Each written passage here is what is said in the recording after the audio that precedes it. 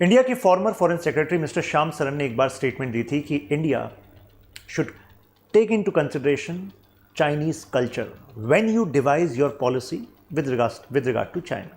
यहाँ पर वो स्पेसिफिकली हिंट कर रहे थे China suffers from middle kingdom syndrome. China अपने आप को दुनिया का केंद्र मानता है and China is going to be expansionist power only. ये ऑब्जर्वेशन माओ जेडोंग की पॉलिसी के बारे में सरदार वल्लभ भाई पटेल के भी थे in the initial years when India got independence.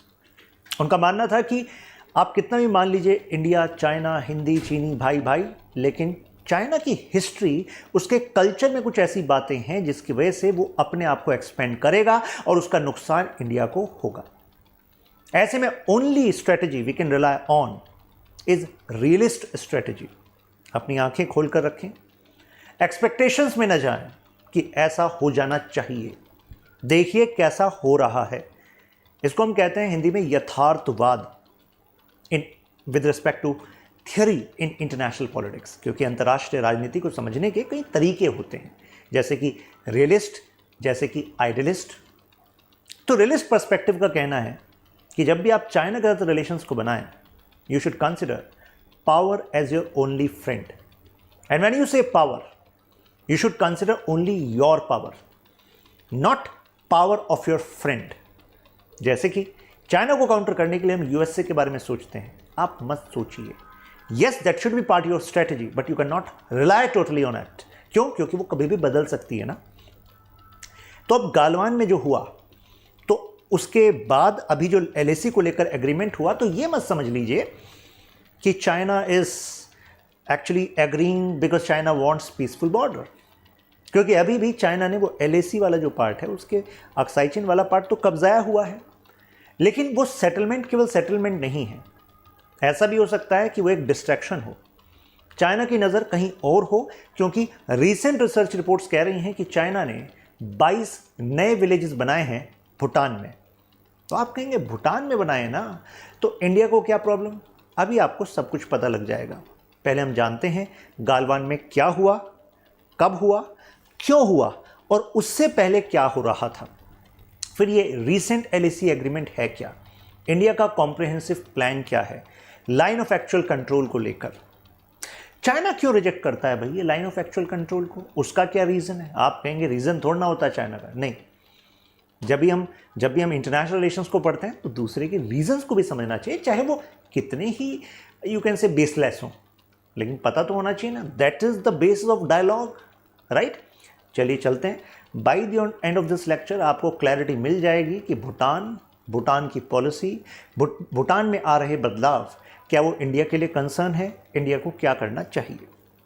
Recently आपने सुना कि एलएसी को लेकर जो एग्रीमेंट हुआ है वो ये है कि अभी ग्रेजुअली, मतलब soon, India and China are going to take steps, जिससे कि 2020 से जो पहले स्टेटस था हमारे एलएसी, स्पेशली गालवान, पेंगोंग त्सो वाले एरिया में, वो वैसा स्टेटस हो जाएगा। क्योंकि इसके बाद से दोनों में जो एस्केलेशन हुआ, फिर स्टैंड ऑफ बना रहा, चाइना भी इंडिया की टेरिटरी के कुछ अंदर आकर बैठ गया। लेकिन भाई ये हुआ कैसे था, हुआ क्या था? तारीख 15 जून 2020 जब ये कन्फ्रंटेशन हुआ, ये क्लैश हुआ।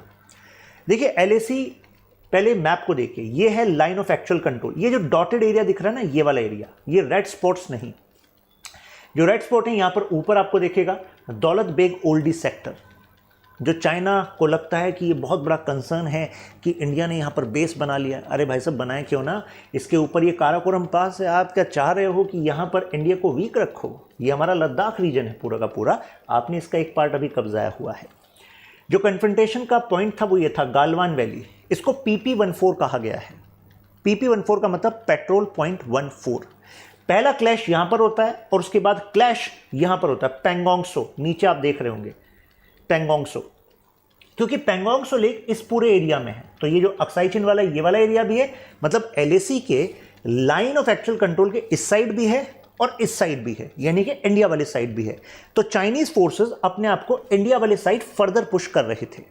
लाइन ऑफ एक्चुअल कंट्रोल को चाइना कहता है ये एक्चुअली हम तो नहीं मानते, ये पार्ट तो पूरा तिब्बत का पार्ट होता था, ये तिब्बत रीजन। हमने कहा भाई कैसे नहीं मानते, मतलब मतलब चाइना का कहना था कि हम इस वाले एरिया को नहीं मानते, तो लाइन ऑफ एक्चुअल कंट्रोल तो टेम्पररी है क्योंकि वो इंडो चाइना वॉर के बाद ये तो बीच का सेटलमेंट है। वैसे we actually have claim to more area. हमने कहा क्यों नहीं मानते भाई, ये वाला लाइन है ना आपका, ये लाइन ऑफ एक्चुअल कंट्रोल, तो आप आगे आ गए हैं।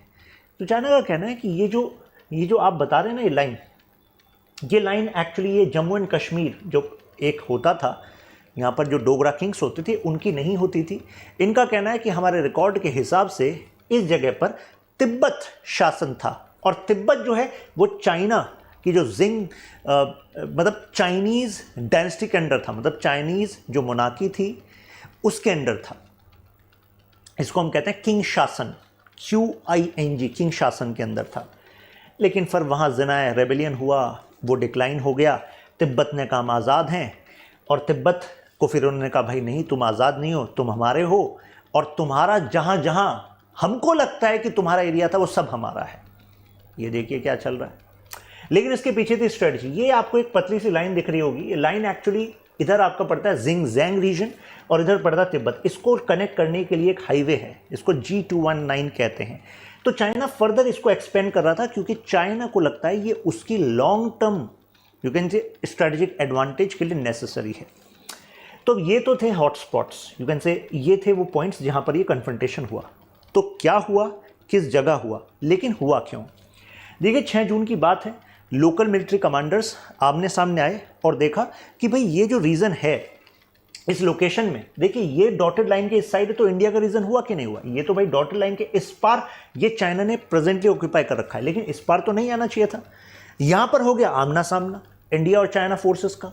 कहा आप कैसे, वो पूछ रहे हैं आप कैसे। तो क्योंकि कुछ रीजन को एक्चुअली पेट्रोल फ्री जोन रखा गया। पेट्रोल फ्री का मतलब वहां पर पेट्रोलिंग पार्टीज नहीं आती थी, या आती थी तो प्रायर कम्युनिकेशन से आती थी कि भाई अभी इस एरिया में हम पेट्रोल कर रहे हैं तो अभी आप मत कीजिएगा, फिर वो पेट्रोल पार्टी वापस चली जाती थी। तो इस तरह का अरेंजमेंट किया हुआ था। लेकिन जब यहाँ पर पेट्रोल पार्टीज आपस में आ गई, आमने सामने आ गई, तो फाइनली फैसला हुआ कि भाई आप पीछे हट जाइए, यहाँ पर कोई टेंट वगैरह नहीं होना चाहिए। बाद में हमारी फोर्सेस ने देखा कि यार इन्होंने तो 2 टेंट लगा रखे हैं, तो हमारे लोकल मिलिट्री कमांडर्स ने कहा कि भाई इन टेंट्स को हटाइए। तो इन्होंने कहा कि ठीक है, चाइना ने कहा कि ठीक है हम टेंट्स को हटा लेते हैं। हमने कहा चलो भाई मैटर सॉल्व हो गया, वापस चले गए। पता लगा जब वापस आए, हमारी पेट्रोलिंग पार्टी वापस आई, तो पता लगा इन्होंने 2 नए टेंट लगा लिए। वो वाले टेंट हमारे सामने हटा लिए। अब जो 2 नए टेंट लगाए हैं, एक टेंट तो रिज पर लगाया है जिससे कि ये बेटर ऑब्जर्वेशन कर सकते हैं हमारी पेट्रोलिंग पार्टी का कि हमारी पेट्रोलिंग पार्टी उस एरिया में कहाँ है। तो हमारी पेट्रोलिंग पार्टी यानी कि हमारे जवानों ने कहा भाई ये क्या मजाक चल रहा है, इस ऑब्जर्वेशन पॉइंट पर आप कैसे, आप इसको हटाइए। और दूसरे वाले टेंट को हटाकर हमारी फोर्सेस ने उसमें आग लगा दी, हटा दिया उसको कि भाई तुम मान ही नहीं रहे। अब इसको लेकर फिर वो कन्फ्रंटेशन हुआ और इसमें हमारे कर्नल संतोष बाबू ये शहीद भी हो गए। महावीर चक्र से नवाजा गया इनको बाद में। तो अब इसमें मीडिया रिपोर्ट्स का कहना था कि 20 इंडिया से और 40 के लगभग चाइना से कैजुअलिटी एंड इंजर्ड हुए। अब ये तो डेटा है, लेकिन इसके बाद चाइना माना नहीं। चाइना ने गालवान वाले एरिया में वैली में कब्जा कर लिया। चाइना ने कहा ये पूरा एरिया तो हमारा है। हमने कहा भाई ये लाइन ऑफ एक्चुअल कंट्रोल के इस साइड तुम्हारा कब से हो गया? तो इनका कहना है कि नहीं, ये west to this line is ours because this line is not clear in your map. हमारे हिसाब से ये है, मतलब वही कन्फ्रंटेशन कि भाई ये एरिया हमारा है। अब इसके बाद जब जून में ये हो गया था तो जून में चाइना थमा नहीं। अब नीचे आ जाइए, गालवान के बाद नीचे आ जाइए हॉट स्प्रिंग्स एंड पेंगोंगसो। यहां पर भी हमने देखा कि चाइनीज फोर्सेस इस तरफ बढ़ रही हैं, तो चाइना इंडिया की तरफ इंटरवीन कर रहा है। पेंगोंगसो लेक फिंगर 4, जैसे पेंगोंगसो लेक की यहां से आ रही है ना पूरी, तो इसके ये वाला जो लैंड है, जो बैंक्स हैं, उस पर भी कब्जा कर लिया। तो यहां पर फिर कन्फ्रंटेशन। अब उसके बाद अब फाइनली जब कन्फ्रंटेशन हो गया तो एक स्टैंड ऑफ, मतलब वहीं के वहीं, मतलब एक तरीके से ये समझ लीजिए कि ऐसी सिचुएशन आ गई कि कॉन्फ्लिक्ट बढ़ भी सकता है। तो अब इसके लिए बातचीत होने लगी। 9 राउंड ऑफ टॉक्स हुई और फाइनली फरवरी 2021, यानी कि सितंबर में ये हो गया था पेंगोंगसो, फरवरी 2021 में इन्होंने कहा कि चलो भाई हम ग्रेजुअल डिसएंगेजमेंट करेंगे। लेकिन कोई क्लैरिटी नहीं बनी क्योंकि दोनों को लग रहा था कि भाई हम पीछे गए तो ये फॉरवर्ड पोस्ट पर आ जाएंगे, ये कब्जा कर लेंगे, फिर इन्हें हटाना भारी है। फिर उसके बाद हमारे फॉरेन मिनिस्टर और जो चाइना के फॉरेन मिनिस्टर हैं मिस्टर वैंग यी, ये आपस में मिले एससीओ की मीटिंग के बाद। इन्होंने कहा दैट अगर इतने क्लोज हमारी फोर्सेस एक दूसरे के हैं तो एक डेंजरस सिचुएशन है हमारे लाइन ऑफ एक्चुअल कंट्रोल पर। ये कॉन्फ्लिक्ट राइज हो सकता है, बड़ा कॉन्फ्लिक्ट बन सकता है। तो फाइनली अब ये फुल डिसएंगेजमेंट की बात सामने आई कि फुल डिसएंगेजमेंट, अब ये मत मान लीजिएगा कि अच्छा दोनों फोर्सेस एक दूसरे से दूर चली जाएंगे एकदम से, ऐसा कुछ नहीं होने वाला। एक्चुअली वो स्टेप बाय स्टेप होगा। तो इंडिया ने एक लॉन्ग टर्म स्ट्रेटजी बताई है, उसमें 3 पॉइंट हैं। पहला पॉइंट, डिसएंगेजमेंट करेंगे, यानी कि एक दूसरे के सामने नहीं आएंगे, क्लोजनेस नहीं रखेंगे, दूर जाएंगे। प्लस फिर करेंगे डी एस्केलेशन, यानी कि जो टोटल आपने यहाँ पर फोर्सेज लगाई हुई हैं, जो इक्विपमेंट्स लगाए हैं, उसको तो कम कीजिए, इसको कम कीजिए। फिर इसके बाद होगा डी इंडक्शन। इसका मतलब है कि अब फिर हम उस वाले स्टेटस पे चले जाएंगे जो 2020 जून 2020 से पहले था, यानी कि भाई अपनी अपनी पोजीशन पर वापस चले जाइए, राइट, गालवान से पहले। अब कई लोगों को लगने लगा यानी कि यार चाइना तो अब सुधर गया, चाइना अब ऐसा नहीं करेगा। अच्छा जी, फिर ये रिपोर्ट क्या कह रही है कि यहां पर भूटान वाले एरिया में 2 जगह पर, ये डोकलाम वाला रीजन, इससे पहले भी हमारा 2017 डोकलाम स्टैंड ऑफ, और इस वाले रीजन में, यानी कि ये हो गया, मतलब एक तो ये वाला रीजन हो गया नॉर्थ ईस्ट मान लीजिए, और ये वेस्ट वाला रीजन, दोनों जगह 22 लगभग नए विलेजेस आ गए। अब ये नए विलेजेस इस समय पर आ रहे हैं, तो आप कहेंगे इंडिया को क्या प्रॉब्लम? अरे इंडिया को प्रॉब्लम ये है क्योंकि यहां पर विलेजेस का आने का मतलब है कि ये इंडिया और भूटान और जो चाइना है, इसका जो ट्राई जंक्शन है, इस पर कॉन्फ्लिक्ट बढ़ सकता है। चाइना को चाह रहा है, तो जरा देखते हैं क्या चाह रहा है।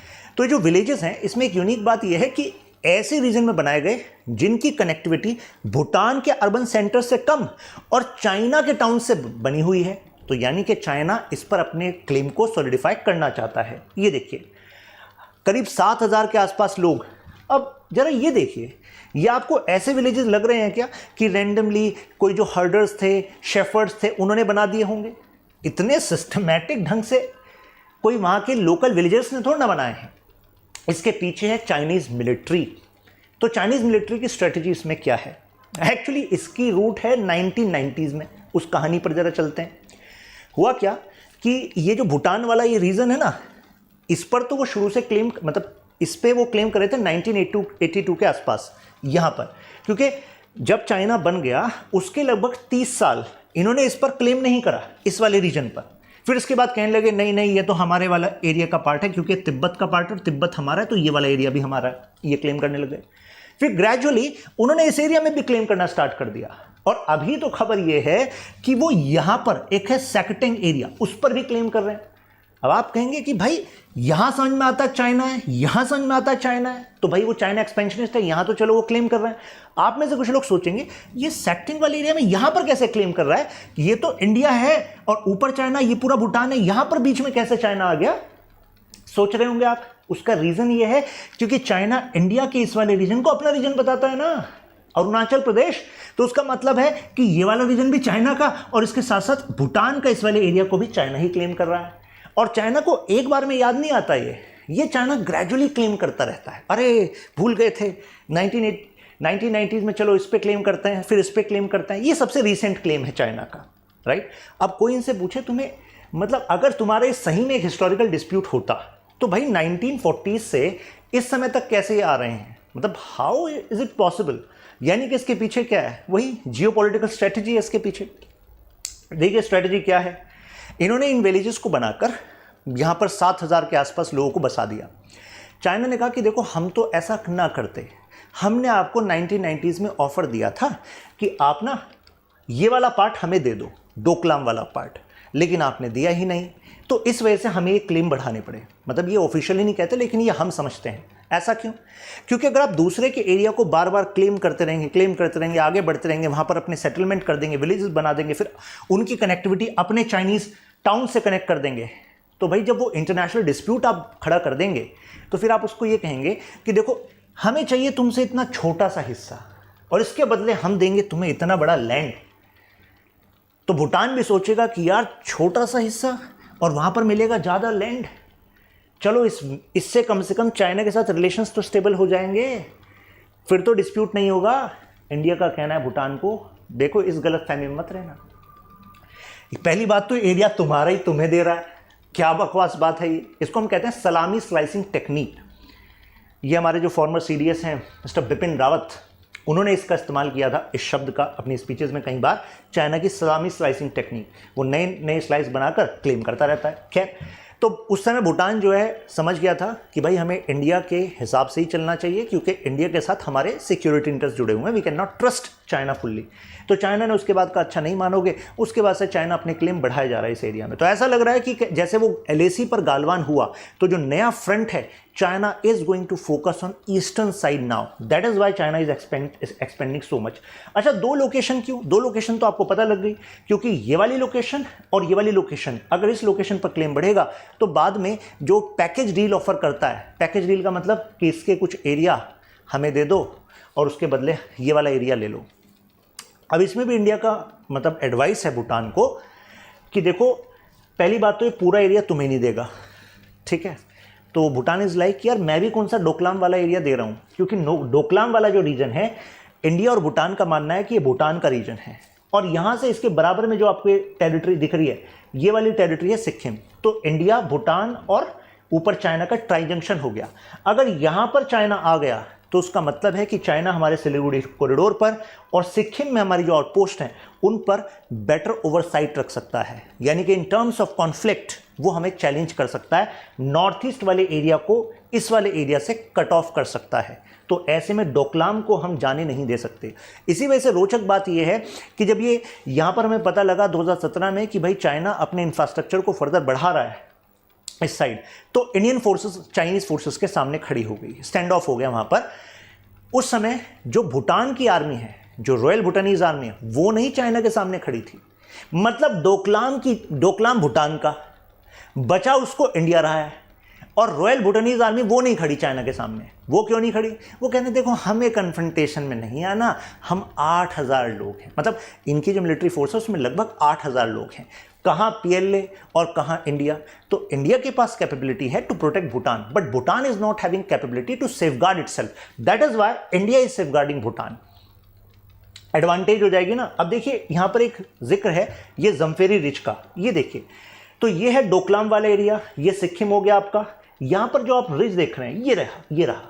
तो एक तरीके से रिज क्या है, ये ऐसे पहाड़ी है, तो इसके ऊपर जो कंस्ट्रक्शन है उससे एक तरीके से वो जो मैं आपको बता रहा था ना, ऑब्जर्वेशन पॉइंट, हाइट पर एज मिल जाएगी चाइना को। चाइना इस पर इंफ्रास्ट्रक्चर को डेवलप कर रहा था, जिसको हमने रोका, लेकिन हमने वो तो रोक दिया, लेकिन अभी भी डोकलाम के एक बड़े भाग पर चाइनीज फोर्सेस की प्रेजेंस देखी जा रही है। तो आपको नहीं लगता कि अगर ये देखी जा रही है और वहां से चलो इन्होंने LAC पे कहा डिसएंगेजमेंट करेंगे, लेकिन यहां पर अगर वो एक्सपेंड करते हैं तो भाई हमारे लिए तो बहुत बड़ा कंसर्न है ये ईस्टर्न सेक्टर, है कि नहीं? तो डोकलाम के लिए जो पहले इन्होंने मांग की थी, ये कुछ बेसिक फैक्ट हैं कि चाइना, मतलब जहां पर डोकलाम है उसके ऊपर यडोंग काउंटी पड़ती है, और हमारा इस सिक्किम साइड में हार्ड स्टिक पड़ती है, हमारे यहाँ पर सिक्किम पड़ता है, और भूटान के साइड पर हार्ड स्टिक पड़ती है। और हार्ड स्टिक में भी एक रोचक बात है कि चाइना का कहना है कि यार India is having military presence in Bhutan. तो हमने कहा वाह, मतलब ये कौन सी बात होगी, हमारी कहाँ प्रेजेंस है? हमारे 1700 के आसपास जो है जवान वहाँ पर हैं, कुछ ऑफिसर्स वहाँ पर हैं, भूटान में हैं, बट वो ऐसा नहीं है कि हमने अपनी मिलिट्री फोर्सेस को स्टेशन किया हुआ भूटान में, वो तो केवल हम उनकी मिलिट्री फोर्सेस को ट्रेन कर रहे हैं। तो चाइना का ये भी कंसर्न था भूटान से कि यार you have invited India's military in your home. तो हमने कहा हम ट्रेन कर रहे हैं, लेकिन आप समझ गए होंगे स्ट्रेटजी क्या है, क्योंकि अगर भाई यहां पर डोकलाम पर चाइना अपनी प्रेजेंस को बढ़ा रहा है, सिक्किम में हम बैठे हैं, यहां पर इसके बराबर ये जो हार्ड स्टिक है इसमें अगर इंडियन फोर्सेस हैं, तो 2 जगह से अगर इंडियन फोर्सेस हो गई तो एक तरीके से हम काउंटर कर पाएंगे कि नहीं कर पाएंगे? चाइना वो काउंटर कर पाएंगे। तो ये अपनी स्ट्रेटजी है। ये देखिए, ये डोंगलांग रीजन है, ये तिब्बत का है, तो तिब्बत को चाइना ने कब्जा लिया। तो चाइना कहता है क्योंकि ये रीजन केवल अभी तक आप मुझे देते हो, ये है चुम्बी वैली, वो कहता है इसका ये वाला जो पार्ट है ये भी मेरा है, क्योंकि ये भी डोंगलांग का है, डोंगलांग यहां तक होना चाहिए, लेकिन आप लोगों ने केवल यहां तक इसको रिकॉग्नाइज किया है, ये चाइना का कहना है। फिर इस पे जो डोकलाम विवाद हुआ था, मतलब स्टैंड ऑफ हुआ था, वो उसके बारे में तो मैंने आपको बता ही दिया। और अभी मैंने कहा ना डोकलाम के आसपास चाइना की प्रेजेंस, ये देखिए, आपको किसी भी तरीके से लग रहा है कि ये कुछ herders, villagers in that area, तिब्बती रीजन, उन्होंने ये सब बनाया है? इतना सिस्टमेटिक तरीके से पूरा चाइनीज़ मिलिट्री, चाइनीज़ गवर्नमेंट का ही प्लान है। ये देखिए 14 क्रॉस बॉर्डर विलेजेस। अब हम ये जो मैप देख रहे हैं ना, ये मैप है एक्चुअली भूटान के ऊपर वाली साइड का, यानी कि नॉर्थ ईस्ट साइड का। तो उसमें ये जो बेयुल खेमजोंग एरिया है और ये मेंचुमा एरिया है। जो नए विलेजेस हमें दिखे हैं वो यहाँ पर दिखे हैं, इन दो जगह पर दिखे हैं, इसके नॉर्थ में, नॉर्थ ईस्ट में। तो ये एक्चुअली वही बार्गेनिंग वेस्टर्न वाले फ्रंट के कंपैरिजन में कि भाई आप यहाँ पर ये है, दोनों जगह पर अपना कब्जा बढ़ाते रहो। ये है वो सेक्टिंग वाइल्ड लाइफ सेंचुरी जिस पर ये क्लेम कर रहा है, जो मैं आपको अभी बता रहा था।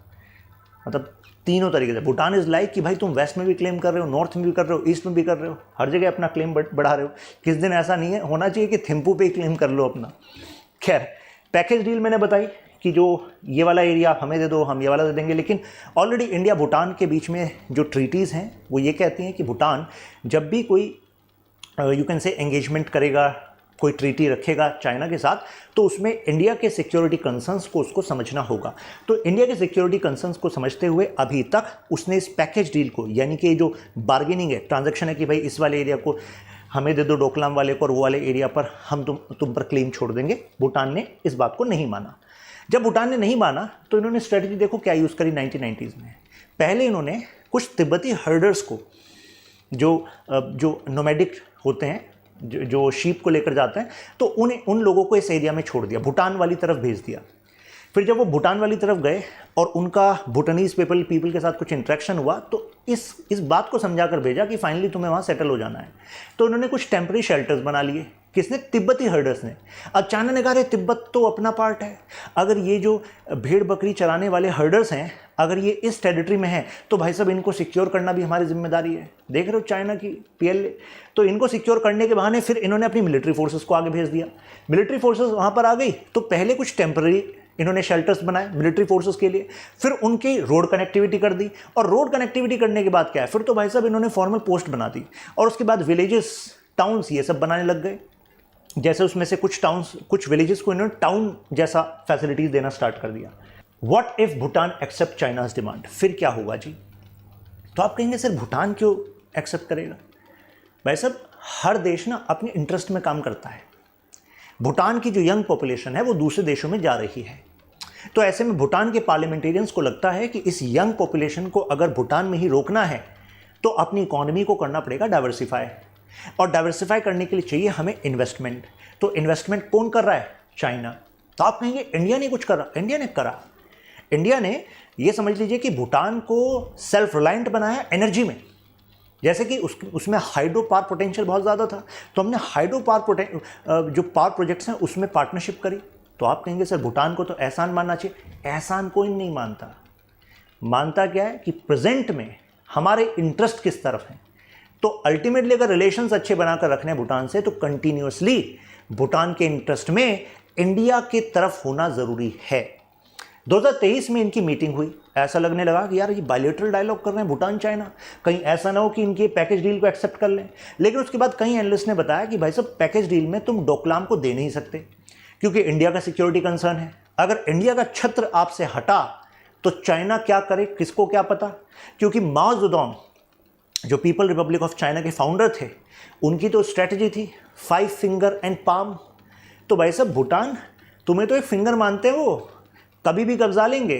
अभी 3 तरफ से तो क्लेम कर ही रहे हैं और आगे क्लेम कर देंगे। इंडिया की फोर्सेस डोकलाम में जैसे तुम्हें बचाने आ गई, डोकलाम तुम्हारा एरिया है। क्या आपको लगता है कि अगर इन्होंने हमारे कंसर्न्स को रखे बिना और अपने साथ डील कर ली, तो हो सकता है दिल्ली कॉल कर रहे हैं, दिल्ली कह रही है यार कॉल मतलब बिजी चल रहे हैं थोड़े हम, अगर इंडिया बिजी हो गया तो फिर क्या होगा? तो आप कहेंगे सर इंडिया का भी तो कंसर्न है। बिल्कुल है इंडिया का कंसर्न, उसकी भी बात करूंगा व्हाट इंडिया शुड डू। लेकिन अभी भूटान के इंटरेस्ट में इंडिया, मतलब भूटान को ज़रूरी है इंडिया, तो भूटान ऐसा करेगा नहीं। तो अभी क्या कर सकता है? फिर ये बायलैटरल बॉर्डर टॉक्स क्यों चल रही हैं भाई? कुछ तो चाहता होगा भूटान, कुछ तो मेटलाइज कर रहे होंगे बीच में।